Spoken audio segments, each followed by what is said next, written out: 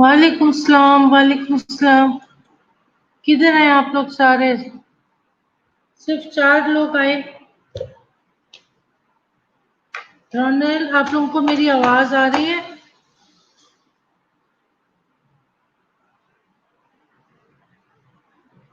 बेटा, आप लोगों को मेरी आवाज आ रही है तो बताओ। Good evening, good evening, good afternoon, good evening शुरू हो गई है भाई। शादिया, बेटा मैं पूछ रही हूँ आप लोगों को मेरी आवाज आ रही है? और अभी तक मेरा वो अपलोड ही नहीं किया। आ जाओ। जी मैम। बेटा अभी तक वो उसने अपलोड ही नहीं किया।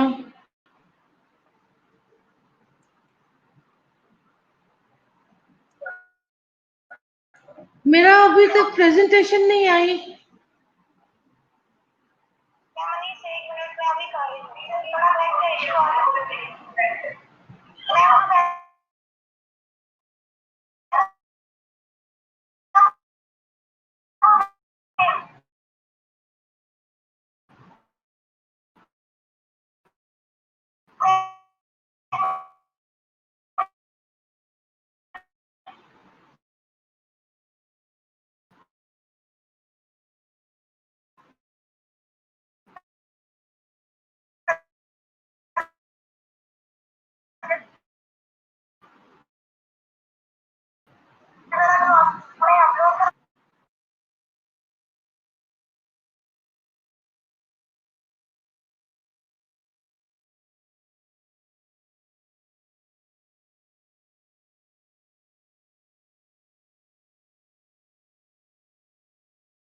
ओके, मैंने बंद किया। ओके बेटा, इससे पहले कि मैं सब वो अब जब तक अपलोड होता है, आप लोगों को कुछ क्वेश्चन आंसर्स में भेजूंगी। ठीक है? स्टक नहीं हुई, मैं हिल रही हूँ। ओके, तो मैं आप लोगों को कुछ क्वेश्चंस आंसर्स भेज रही हूँ। अच्छे तरीके से उसको याद करो। Go through your chapter neurological disorder. ठीक हो गया? जो आपका न्यूरोलॉजिकल डिसऑर्डर है, उसको आप दोबारा से अच्छे तरीके से उसकी एनाटॉमी फिजियोलॉजी जो है उसको आप रीड करें। समझ में आ रही है? क्योंकि उसमें से मैं आपके क्वेश्चंस बनाऊंगी। कुछ अभी जो आपके प्रेजेंटेशंस गुजर रही हैं, इसमें जो मैं पढ़ा रही हूँ, उसके तो क्वेश्चन आंसर्स आएंगे आपको। ठीक है?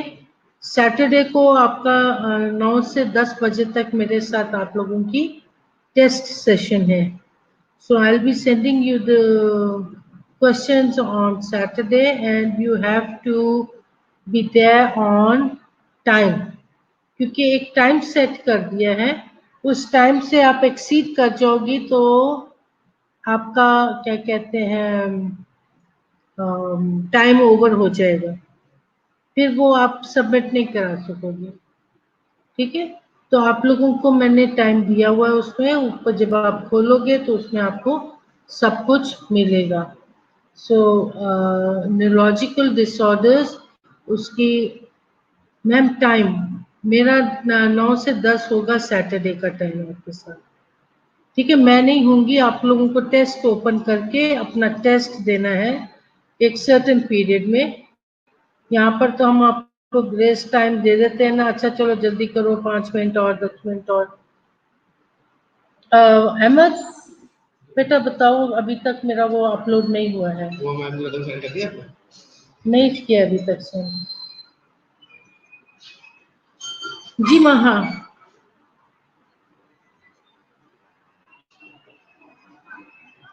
Golden berry syndrome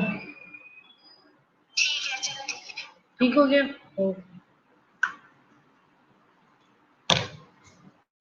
so time आप लोगों को क्या कहते हैं, जब आप ओपन करेंगे तो आपको ऑटोमेटिकली पता लग जाएगा कि आपका टॉप टाइम क्या है। ठीक हो गया? जी बिल्कुल, बिल्कुल न्यूरोलॉजी का डिसऑर्डर का टेस्ट होगा और वो आपको अच्छे तरीके से याद करना है। राइट हो गया। फिर उसके नेक्स्ट सैटरडे हम इसी को कंटिन्यू करेंगे और उसके नेट फिजियोलॉजी अच्छी तरीके से याद करना। ठीक है। Time is not suitable ma'am. क्यों भाई, क्या सूटेबल है? सैटरडे छुट्टी होती है। 4 to 6 टाइम नहीं है मैम, इवनिंग के 4 to 6। वो आपकी मैम जो है उसका नेम राखल, उसका भी टाइम होना ना, तो वो इवनिंग टाइम उसका हो जाएगा, मॉर्निंग टाइम मेरा है। मैं बात करके देखूंगी कि आपका जो इवनिंग टाइम अगर आपको सूट करता है, सो मैं बात करके देखती हूँ कि ताकि आपका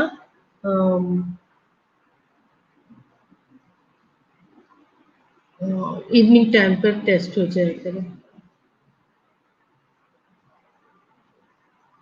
आप ड्यूटी पर होते हैं, ड्यूटी पर आप अपना क्या कहते हैं, थोड़ा सा साइड मार के अपना मोबाइल पे भी आप आंसर दे सकते हैं।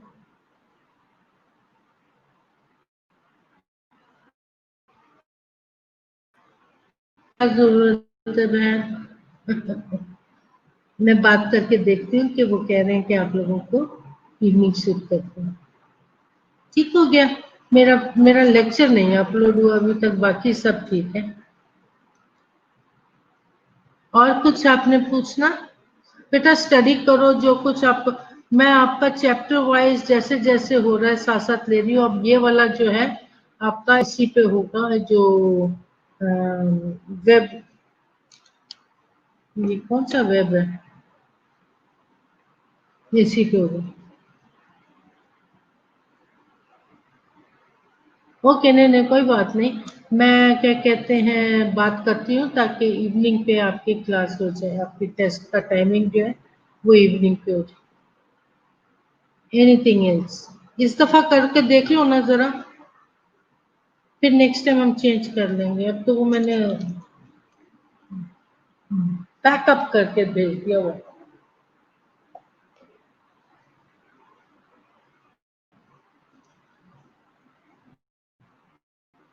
अब मेरे पास 9 स्टूडेंट आ गए हैं और मेरे पास वो नहीं आया अभी। या यू ऑलवेज वेलकम। कैसे देंगे? अपसाइड डाउन, सर के बल खड़े होके दोगे। रॉनल, टेस्ट कैसे देंगे? आपने सिर्फ सही जवाब पे आपने टिक मार्क कर देना है, बस दैट्स ऑल। एमसीक्यूज है, वो कौन सा आपने टाइप करना है सारा? एससीक्यूज नहीं है, एमसीक्यूज है। और you need to choose one best answer, उसको क्लिक कर दो, नेक्स्ट क्वेश्चन फिर क्लिक कर, नेक्स्ट टॉपिक आ जाए। यानी कि कितने क्वेश्चंस उसमें होंगे?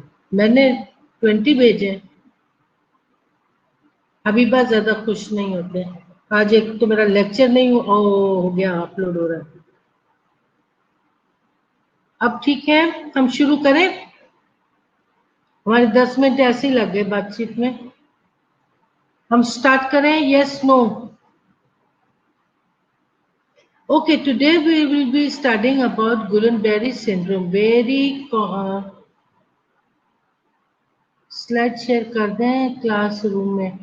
बेटा मैं आपके ये स्लाइड जो अभी जो गुलन-बेरी सिंड्रोम है, ये और जो आपका जो पहले जो टॉपिक्स थे दो, ये चारों चारों मैं इकट्ठे सेंड कर दूंगी आप लोगों को। ठीक है।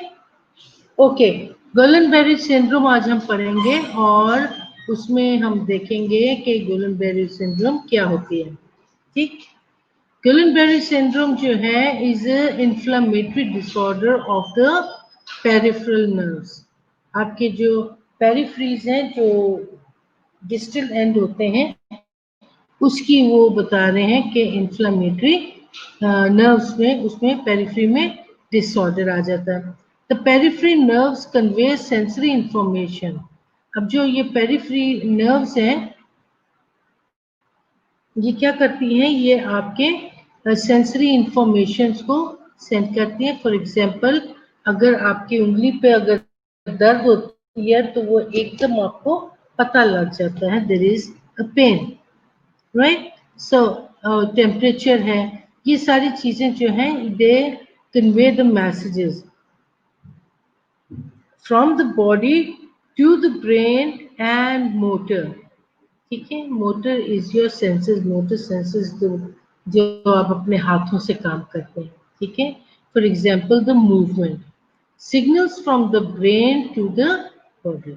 अब इन ब्रैकेट्स को अगर हम निकाल दें और इसकी रीडिंग हम करें तो वो इस तरीके से बनती है, the peripheral nerves convey sensory information from the body to the brain and motor signals from the brain body from the.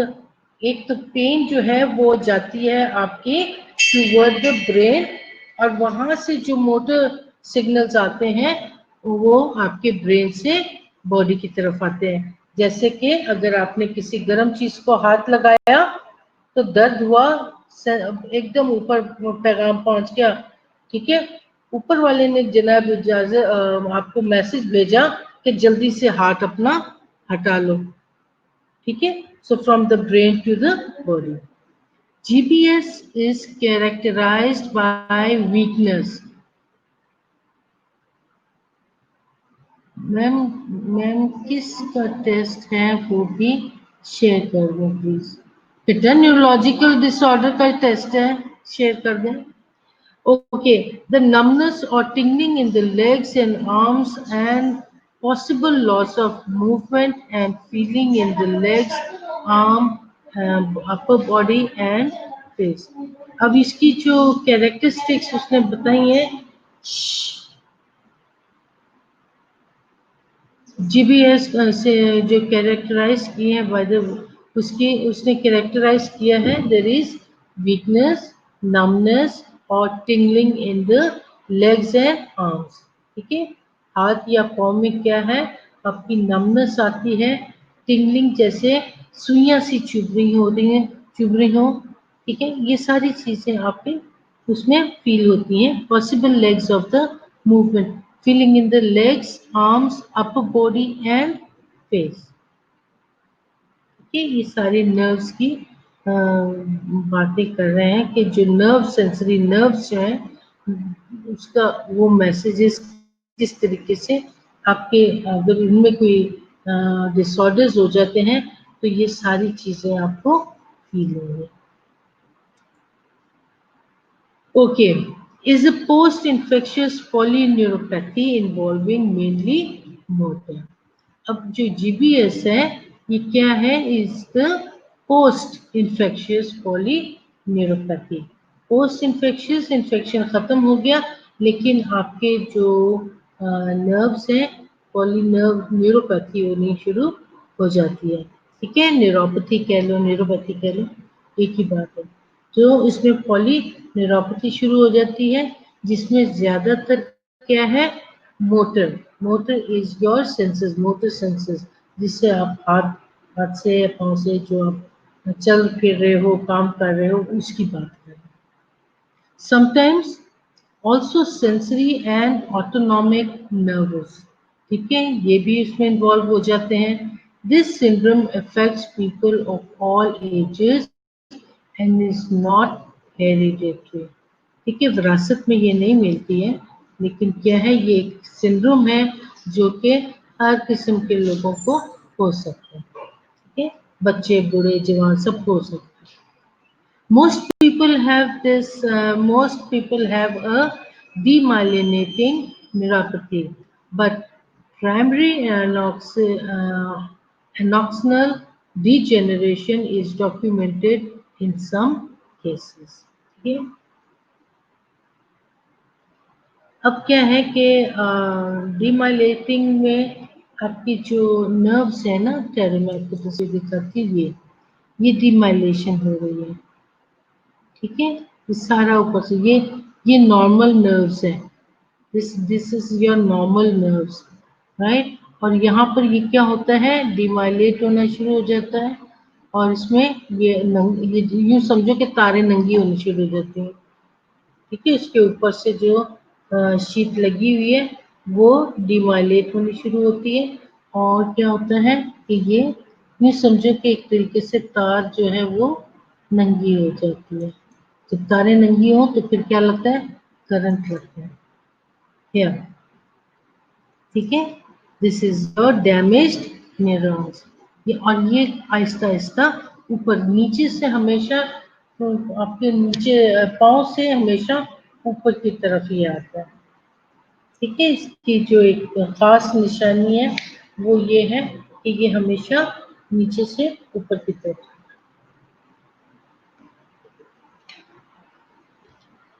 एकदम नहीं जाएगा, आहिस्ता आहिस्ता जाएगा। अब इसकी एटियोलॉजी क्या है? The paralysis usually follows a non-specific viral infection by about 10 days. ठीक है, इसका जो टाइम पीरियड है that is 10 infection, viral infection है और 10 दिन रहता है। The original infection might have caused only gastrointestinal, ठीक है, स्पेशली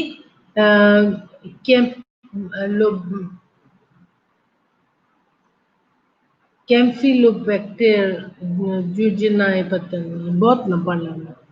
ठीक है, बट ऑल्सो हेलिकोबैक्टर पोलाई और या फिर रेस्पिरेटरी ट्रैक में आ जाता है, माइकोप्लाज्मा निमोनिया सिम्टम्स है, and then West Nile virus है also can cause Guillain Barre like syndrome. So ये आपके पास माइक्रो ऑर्गेनिजम्स के नाम है जो कि आपके गेस्ट्रोइंटेस्टिनल पे काम कर अफेक्ट कर सकता है, आपके क्या कहते हैं रेस्पिरेटरी ट्रैक पे वो काम जो है अफेक्ट कर सकता है। ठीक है, अब ये जो कैम्फिलोबैक्टर जो जूजिनाई है इज इन द इसके अंदर है बैक्टीरिया है that is among the most common cause of bacteria infection in human worldwide।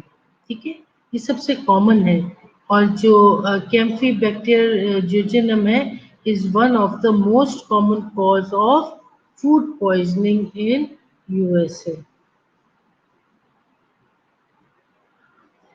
ठीक हो गया। सो ये जो है ये क्या कहते हैं इटियोलॉजी, ये कॉजेज हैं उनके जो कि कॉज करते हैं बैक्टीरिया।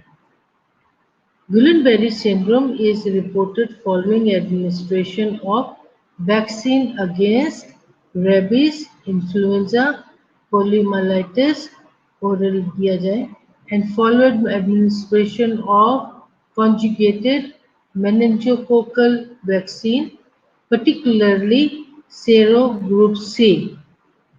ठीक है, अब इसने उसने कहा है कि रिपोर्ट किया है administration of vaccine against rabies वगैरह के। ठीक है, अब आपको मैंने एक छोटी सी क्लिप रख डाली है कि दो किस्म के वैक्सीन करते हैं प्रिवेंट अगेंस्ट मेनिंजोकोकल डिजीजेस। जी हाँ, ये सबसे कॉमन है। एच कोलर जो है ना कोलरी कॉज अल्सर जो है ये सबसे कॉमन है। ये सारा माइक्रोबायोलॉजी बीच में आ गया। ठीक है, सो ये इन्होंने बताया है कि ये अगेंस्ट मेनिंजोकोकल डिजीजेस के काम करता है। मेन MENB वैक्सीन इंजेक्शन और बी है, और CNY मेन ACWY वैक्सीन जो है ये भी उन्होंने बताया कि ये किस तरीके से इसके खिलाफ काम करता है। आपकी क्लिनिकली आप उसको कैसे देखोगे? ठीक होगी। Clinically, weakness usually begins in the lower extremity and progressively involves the trunk and upper limbs, and finally the bulbar muscles and patterns known as lateral ascending paralysis। ठीक है। इट ऑलवेज जैसे ना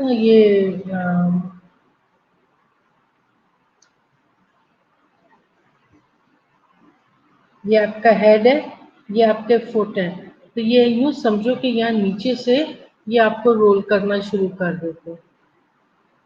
ठीक है, नीचे नीचे की तरफ से फ्रॉम द लोअर साइड आपके फुट से ये आहिस्ता आहिस्ता ऊपर की तरफ बढ़ते चले जाते हैं। ठीक हो गया। और लिम्ब से शुरू करते हैं। आपके जो बल्बर मसल्स हैं वो फाइनली उसमें उसके लपेटे में आ जाते हैं और इसको कहते हैं laundry ascending paralysis. Proximal and distal muscles are involved relatively symmetrically। ठीक है, आपके जो पाँव के प्रॉक्सिमल और डिस्टल मसल्स हैं इनको ये सिमेट्रिकली इन्वॉल्व करते हैं। Symmetrically is found in 9% of patients। सिर्फ 9% है जिनको वो करते हैं। Tendon reflexes are lost. Tendon reflex जब आप चेक करोगे वो हैमर के साथ, तो क्या होता है उसके रिफ्लेक्सेस आपको नहीं मिलेंगे। ठीक है, अमूमन वो घुटने पे मारते हैं तो आपका पाँव फ्लेक्स करता है, तो वो क्या है कि जब घुटने पे मारा तो वो नहीं है। लाइट्स ऑन कर दो।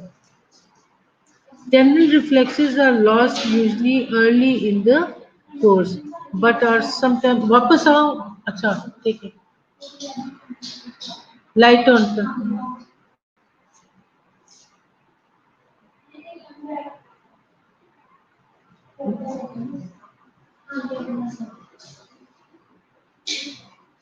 Thank you.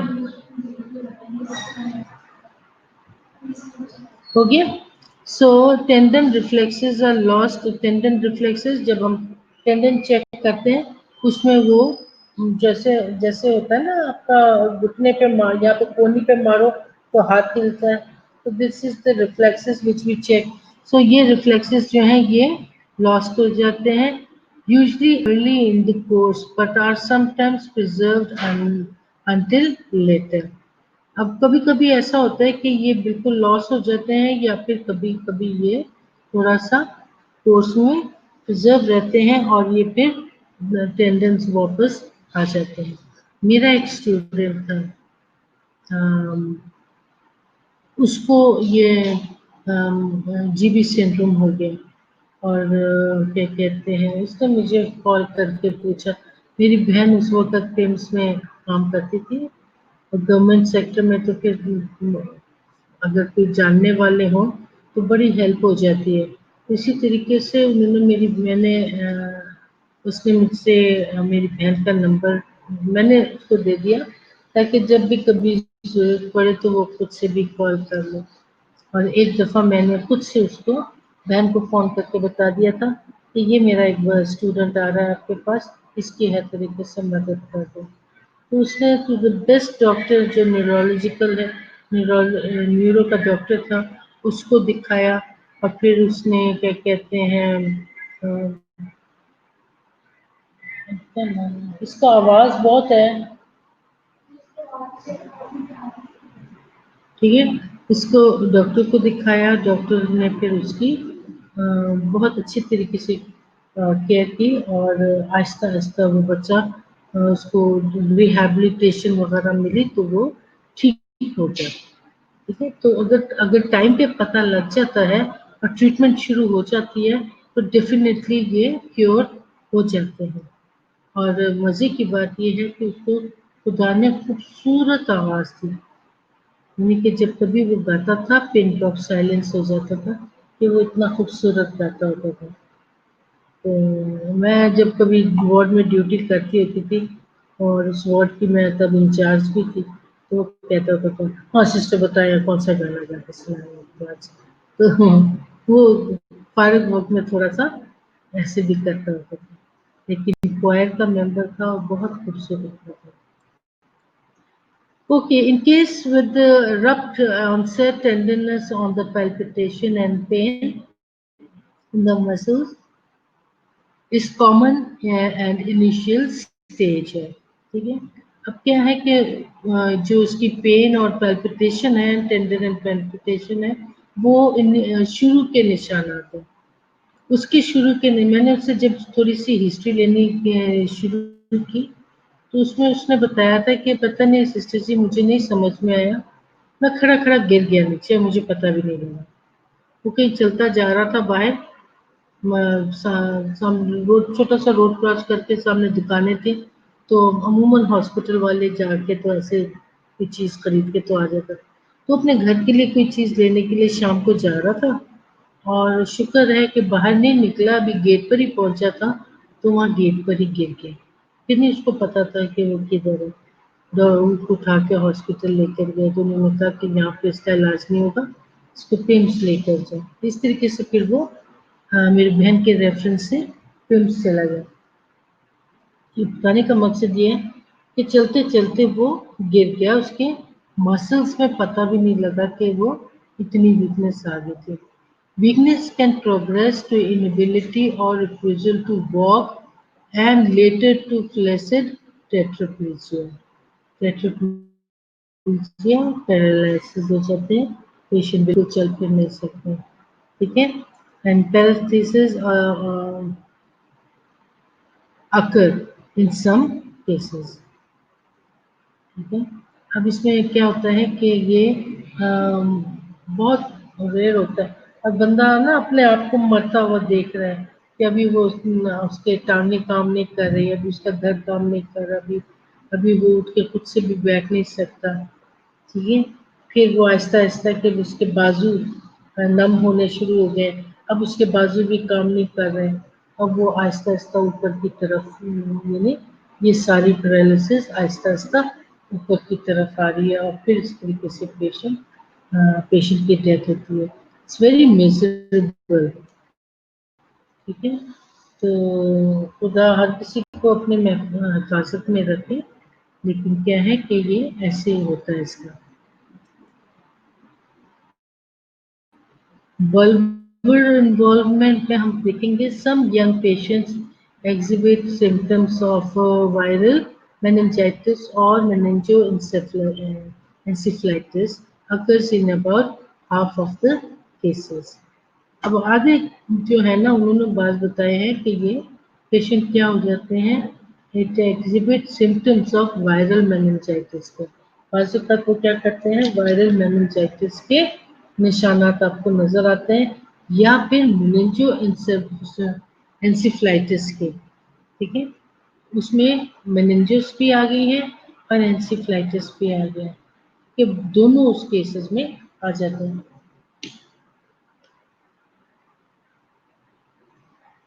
Dysphagia, facial weakness are often impending signs of respiratory failure. अब जैसे जैसे वो पैरालिसिस ऊपर की तरफ आ रहा है, उसमें क्या होता है कि आपको निशानी नजर आएगी, पेशेंट कैन नॉट swallow। अब आपको निशानी मिल गई कि वो पैरालिसिस कहाँ तक पहुँच गया है, क्योंकि पेशेंट अब क्या कर रहा है, swallow भी नहीं कर सकता, ठीक है। सो उसमें साइंस ऑफ रेस्पिरेटरी फेलियर का पता लगता है। They interfere with eating and increase in the risk of aspiration. अब यहाँ तक हालत आ जाती है कि वो एक तो वो पहले तो निगल नहीं सक रहा था, अब क्या है कि वो खुद से खा भी नहीं सक रहा है, अगर उसके मुंह में चम्मच थोड़ा थोड़ा डालो भी तो वो निगल नहीं सक रहा है, ठीक है। अब वो ठीक से निगल नहीं सक रहा, तो उसमें क्या होता है कि उसको एस्पिरेशन यानी कि गोता भी लग सकता है, ठीक है। ऑटोनॉमिक नर्वस सिस्टम में क्या होगा, इन सम केसेस, ठीक है, not all cases, some cases में क्या होता है, lability of blood pressure and postural hypotension. अब ये जो लड़का नीचे गिर गया, जो मेरा स्टूडेंट था, वो लो ब्लड प्रेशर की वजह से तो नहीं गिरा होगा, पोस्टल हाइपोटेंशन की वजह से गिर गया, ठीक है। टांगों में जान नहीं रही, उसका जरूर पीपी भी थोड़ा सा ड्रॉप हुआ होगा और वो उससे नीचे गिर गया। लायबिलिटी ऑफ क्या है, of heart rate, an episode of profound bradycardia, and occasional asystole occurs. Okay, systolic and diastolic, उसमें सिस्टोलिक जो है उसमें ओकेजनल एसिस्टली अकर्स। अब हार्ट रेट कम हुआ तो उसका एपिसोड आया कि उसको ब्रेडिकार्डिया हो गया। ठीक है, लो हार्ट रेट जो है इट्स ब्रेडिकार्डिया, और इसी ब्रेडिकार्डिया में उसमें समझो कि जब आप ब्लड प्रेशर चेक करते हो तो एसिस्टली जो है वो एसिस्टोलिक जो है वो आपको कम मिलता है। So cardiovascular monitoring is important. इस पेशेंट के जो गुलेनबेरी सिंड्रोम के जो पेशेंट होते हैं इनको इनका क्लोज मॉनिटरिंग बहुत ज़रूरी है, स्पेशली कार्डियोवास्कुलर, क्योंकि इसके अंदर सारा ब्लड से रिलेटेड बातें आ रही हैं। Urinary incontinence or retention of urine is a complication in about 20% of cases, but is usually transient. अब क्या है कि उसमें ज्यादातर उन्होंने बताया कि इसमें 20% वो लोग हैं, जाहिर है जैसे जैसे नीचे से जो लिपेटा आ रहा है, ठीक है, तो जब वो उसके पेरिनियल एरिया तक पहुंचा है तो वहां पे क्या हो गया, यूरिनरी इनकॉन्टिनेंस हो गया या रिटेंशन हो गया, तो क्या हो इसमें उसको फॉलिस पास करना पड़ सकता है। ठीक है, अगर वो खा भी नहीं सक रहा तो एनजी ट्यूब डालनी पड़ सकती है, सांस ठीक से नहीं ले रहा तो एंडोट्रेकियल ट्यूब डालनी पड़ जाती है। ठीक है, ऑक्सीजन स्टार्ट करनी पड़ जाती है। तो आप देखो तो आहिस्ता आहिस्ता जैसे जैसे वो ऊपर आ रहा है उसी तरीके से उसका इलाज होता चला जाएगा। Variant of GBS, classic type laundry ascending paralysis is the common, सबसे कॉमन है। ठीक है, अगर कोई आपसे पूछे भी तो आप उनको बता सकते हो कि लॉन्ड्री असेंडिंग पैरालिसिस जो है वो जीबी सिंड्रोम का मोस्ट कॉमन क्लासिक टाइप है। दूसरा है मेलर फिशर सिंड्रोम। ठीक है, मेलर फिशर सिंड्रोम क्या करता है, consist of acute external ophthalmo ophthalmoplegia plegia ataxia and areflexia. ठीक है, ये इसके अंदर आपको मेलर फिशर सिंड्रोम में नजर आएंगे। External ophthalmoplegia, ataxia and areflexia. ठीक है, ये चीजें जो है वो इसमें क्रॉनिक इन्फ्लामेटरी में क्या होगा, डिमाइलेटिंग आएगी पॉली रेटिकुलर न्यूरोपैथी, इसमें सीआईडीपी, सीआईडीपी से बनता है chronic inflammatory demyelinating poly radiculo reticuloneuropathies that occurs that reoccur intermittently, or they do not improve or progress slowly for period of months to year। Okay? अब ये वाले जो हैं ये क्या करते हैं, ये इतनी जल्दी इम्प्रूव नहीं करते हैं, लेकिन इसकी प्रोग्रेस जो है बहुत स्लो होती है।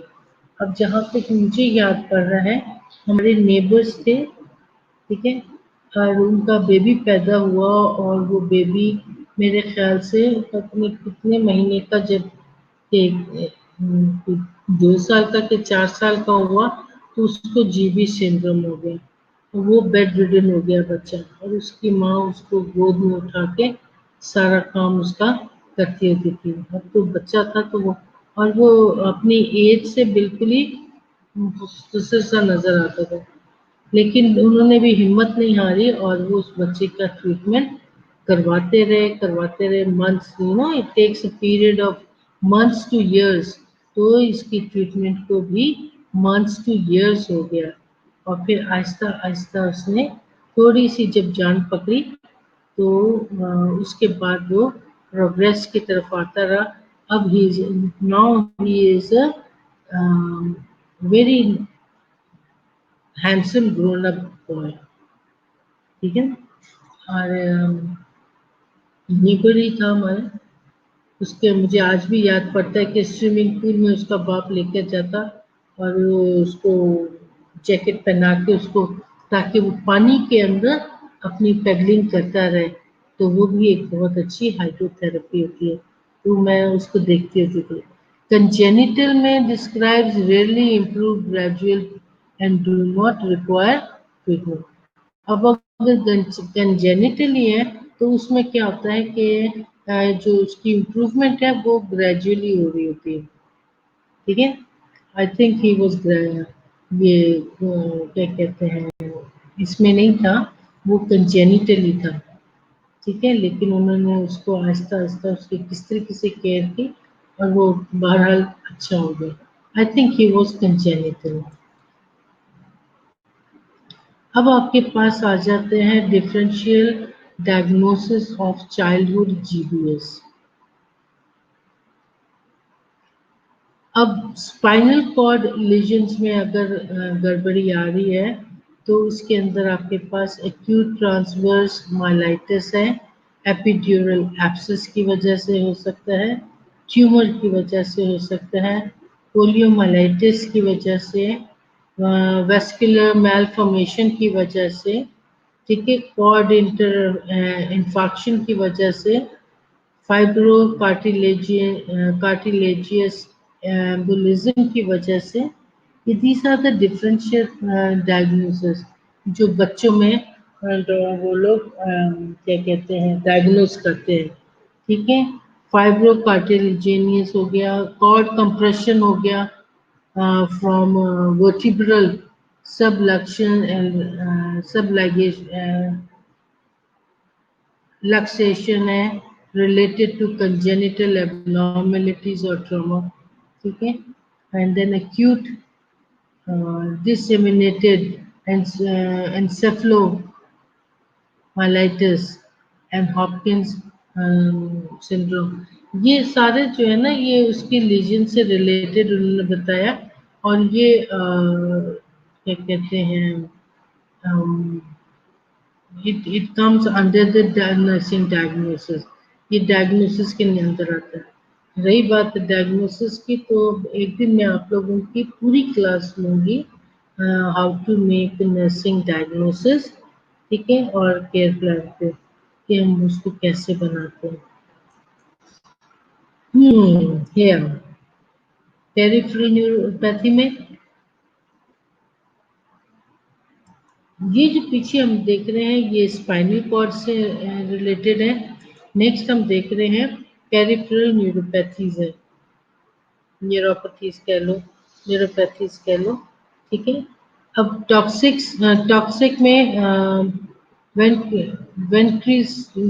वेंट्रिस्टाइन है, ग्लू लिफ्टिंग है, हेवी मेटल है, ऑर्गेनो फॉस्फेट पेस्टिसाइड्स है, ठीक है। ये जो है ना ये लेम डिजीज वाले, ये देखो चिचड़ है, ये आपकी स्किन के अंदर भी घुस जाता है।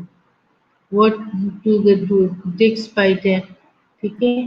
डिप्थीरिया इन्फेक्शन में आपके पास HIV आ जाता है, डिप्थीरिया आ जाता है, लाइम डिजीज आ जाती है। लाइम डिजीज आती है इंसेक्ट बाइट से आती है, ठीक है। Then inborn error of metabolism, Tangier क्या है, टेंजियर डिजीज है, फॉरफेरिया, ये दिस इज फॉरफेरिया। ये सारे देखो ब्लू पैचेस नजर आ रहे हैं जरा, ये आपको इसके अंदर नजर आएंगे। If you are looking at the full screen you can read it also. यहाँ पे स्क्रीन इतनी छोटी है। अब नेक्स्ट आ जाता है न्यूरोमस्कुलर जंक्शन में, ठीक है। न्यूरोमस्कुलर जंक्शन में टिक पैरालिसिस है, ठीक है, मिस्थेनिया ग्रेविसिस है, बॉटुलिज्म है, बॉटुलिज्म में आपकी आईलिड नीचे गिर जाती है, हाइपरकैल्सीमिया है, पीरियोडिक पैरालिसिस है, एंड डर्माटोमायोसाइट्स साइटिस है, and myopathies. These all comes under the muscular junction disorders. When you make the nursing diagnosis ना, उसके अंदर ये सारी बातें किस तरीके से आएंगी ये बोल। लेबोरेटरी फाइंडिंग में आप उसकी सेरिब्रोस्पाइनल फ्लूइड में आप प्रोटीन इज एलिवेटेड, ठीक है, उसकी रिपोर्ट के अंदर जो प्रोटीन है वो ज्यादा आएगी, and more than twice the upper limit of normal, 2 गुना ज्यादा, नॉर्मल से भी 2 गुना ज्यादा आएगी। ग्लूकोज लेवल जो है वो नॉर्मल होगा, एंड देयर इज नो फिलोसाइटोसिस, ठीक है, फिलोसाइटोसिस नहीं है इसमें, लेकिन उसमें ग्लूकोज नॉर्मल होगा। बस अच्छी बात जो देखने वाली बात है सीएनएसएफ में, उसमें प्रोटीन 2 गुना ज्यादा होगा। Fewer than 10 white blood cells, ठीक है,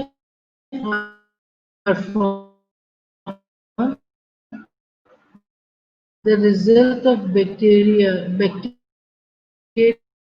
culture और बैक्टीरिया। अब इसके अंदर आपको बैक्टीरिया जो है उसका रिजल्ट तो कोई इतना पॉजिटिव नजर नहीं आएगा, वायरल में आपको उसके अंदर ज्यादा नजर आएगा। This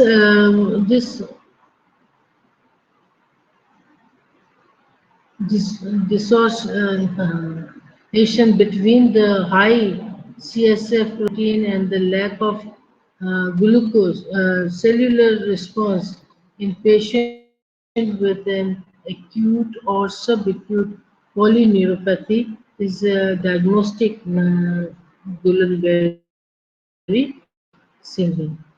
अब इन सारी चीजों को अगर आप देखो तो उसके अंदर से सिर्फ 2 बातें उसने देखी हैं जो कि positive science of Guillain-berry syndrome की हैं।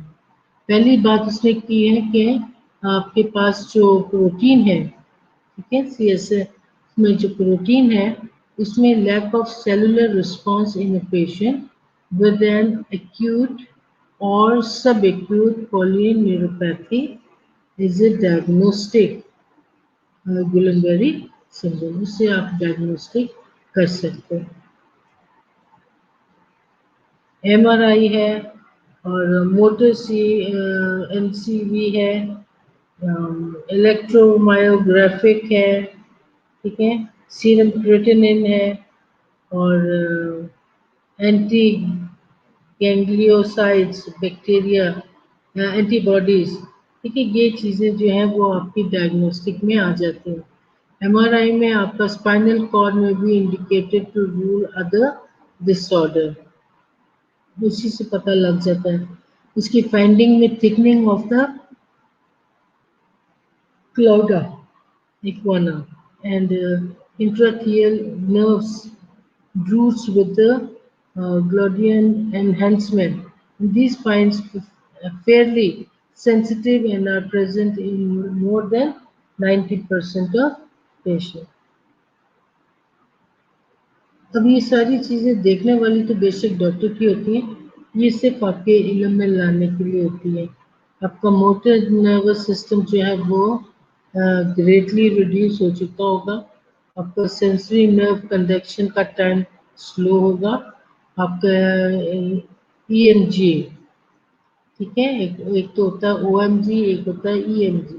ईएमजी में इलेक्ट्रोमायोग्राफी जो है shows evidence of का एविडेंस दिखा रहा है denervation of muscles। Serum creatinine mildly ज्यादा, थोड़ा सा ज्यादा होगा, ठीक होगी, और ये सारी चीजें ये आपके इन्वेस्टिगेशंस में सारे आ रहे हैं। ये आपकी नर्व कंडक्शन वेलोसिटी स्टडीज आ जाती है and series performed to evaluate nerve function and localized site of involvement. Test velocity at which impulses travel through nerves. ठीक है। टू टाइप्स ऑफ एनसीवी है, एक मोटर है और दूसरा सेंसरी है। मोटर जो है वो स्टिमुलेट करता है nerves and records over muscle belly proximal to distal, और सेंसरी स्टिमुलेट करता है सेंसरी नर्व्स को and record sensory nerve, not common motor sensory nerve. Distal to proximal, most are recorded orthotically. So, ये अपना mobile छोड़ दो। ये है affect nerve and in the brain and spinal cord. ठीक हो गया? ये आपके ब्रेन और स्पाइनल कॉर्ड पे अफेक्ट करता है। इसमें ये आपका नॉर्मल ये माइलिन सी क्या कहते हैं इन्वॉल्व है। एक मिनट,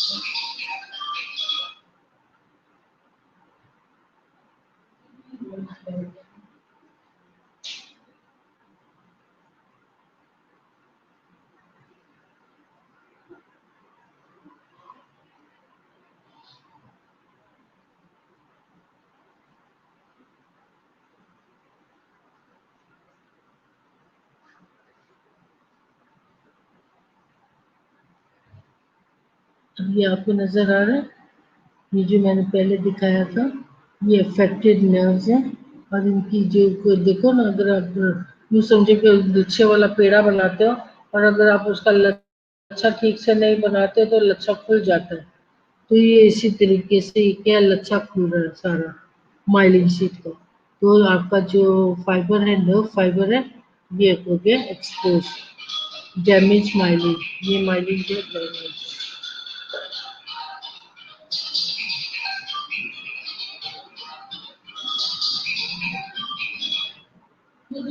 सॉरी, अपना मोबाइल यहाँ पे छोड़ दिया, मैं क्लास नहीं। हेलो, वो मोबाइल यहाँ छोड़ दिया, मैं क्लास ले रही हूँ और इतनी जोर जोर से सब कहता है।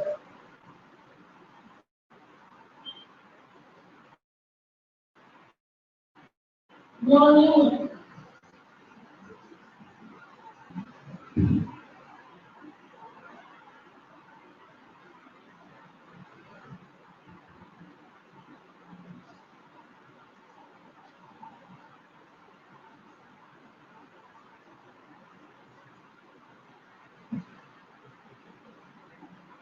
सॉरी बच्चा लोग, मुझे उठना पड़ा।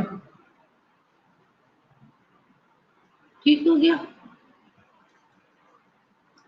मसल बायोप्सी जो है वो इज नॉट यूजली रिक्वायर्ड, ठीक है। फॉर डायग्नोसिस के लिए बायोप्सी की जरूरत नहीं है। स्पेसिमेन जो अपीयर होते हैं early in the stages shows the evidence of denervation, atrophy in chronic stages. So वो जरूरत नहीं पड़ती है बायोप्सी की, वो अपने आप उसका लग जाता है। Serology testing for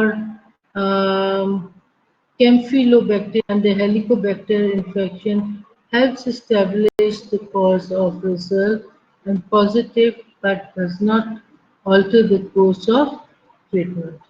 ठीक है जी?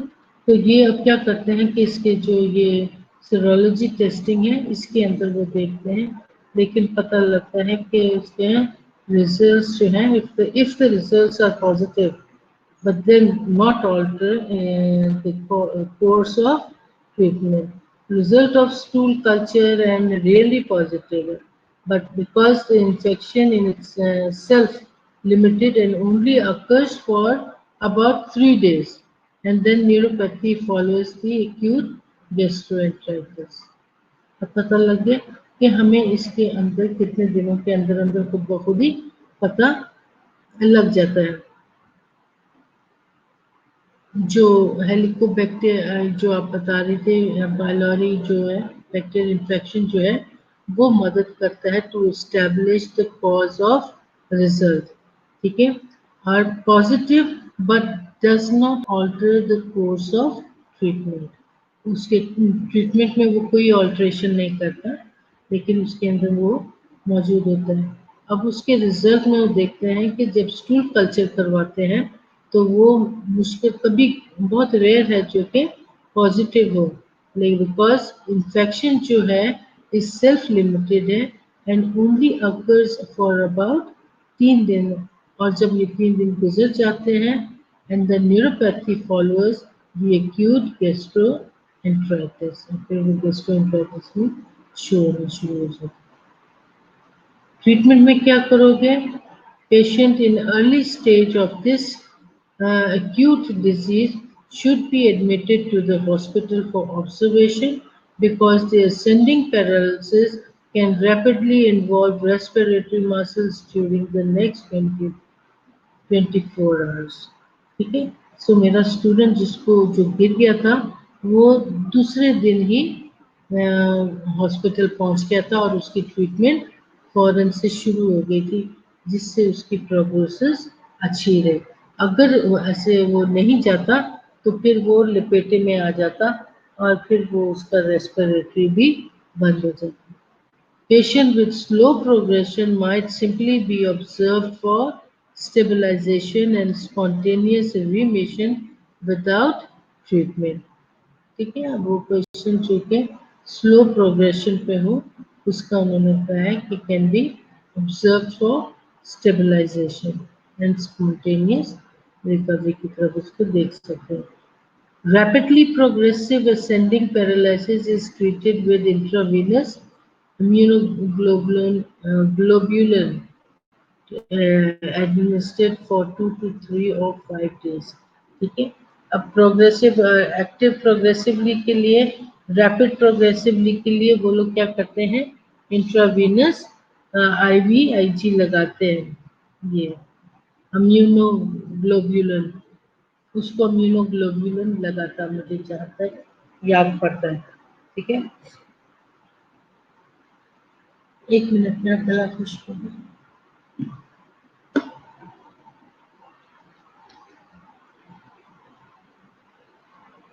So commonly recommend, कितना फोन आपका जोर जोर से बजा? मिस जुबैदा थी आपके लिए। A commonly recommended protocol is IVIG 0.4 gram.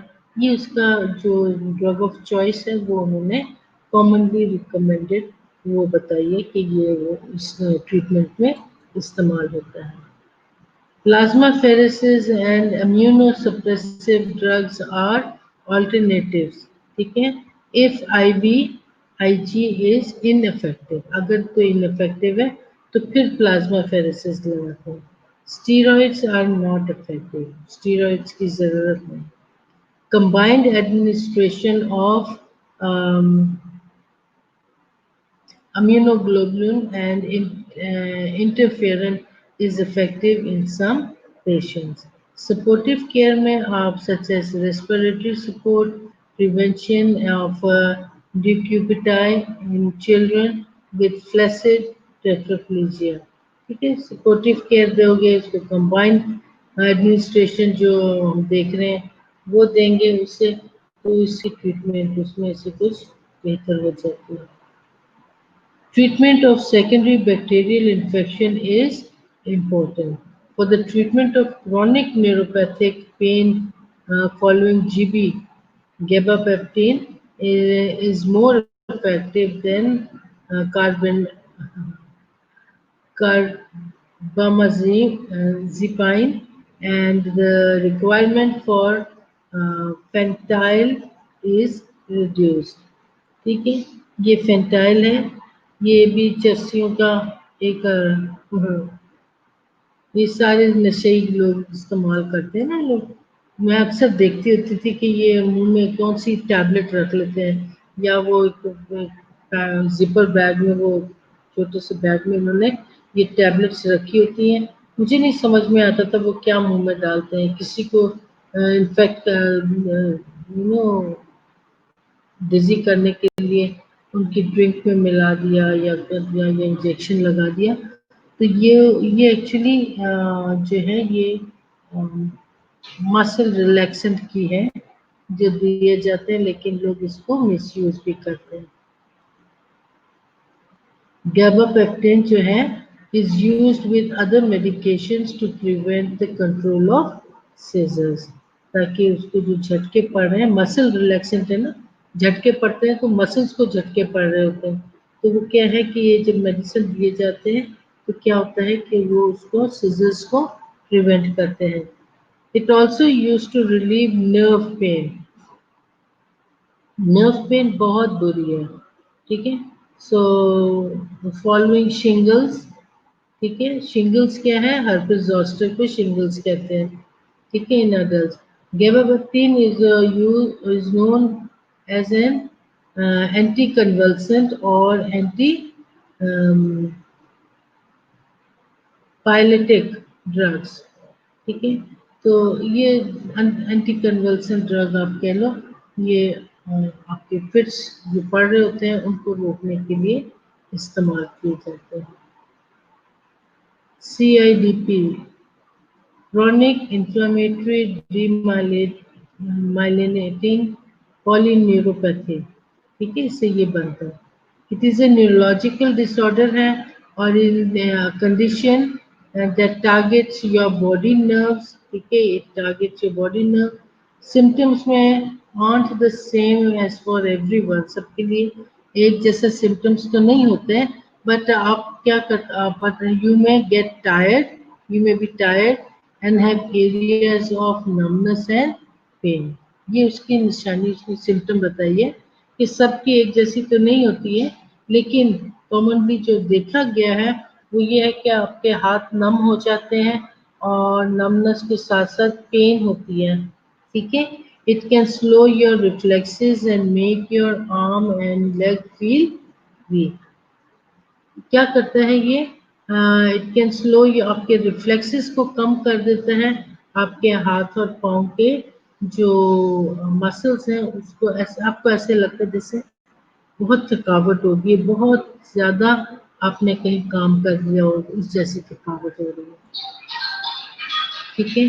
Treatment में आपके रिलैप्सिंग एंड रिमिटिंग और अनरिमिटिंग, treat with the oral pause steroid for IVIG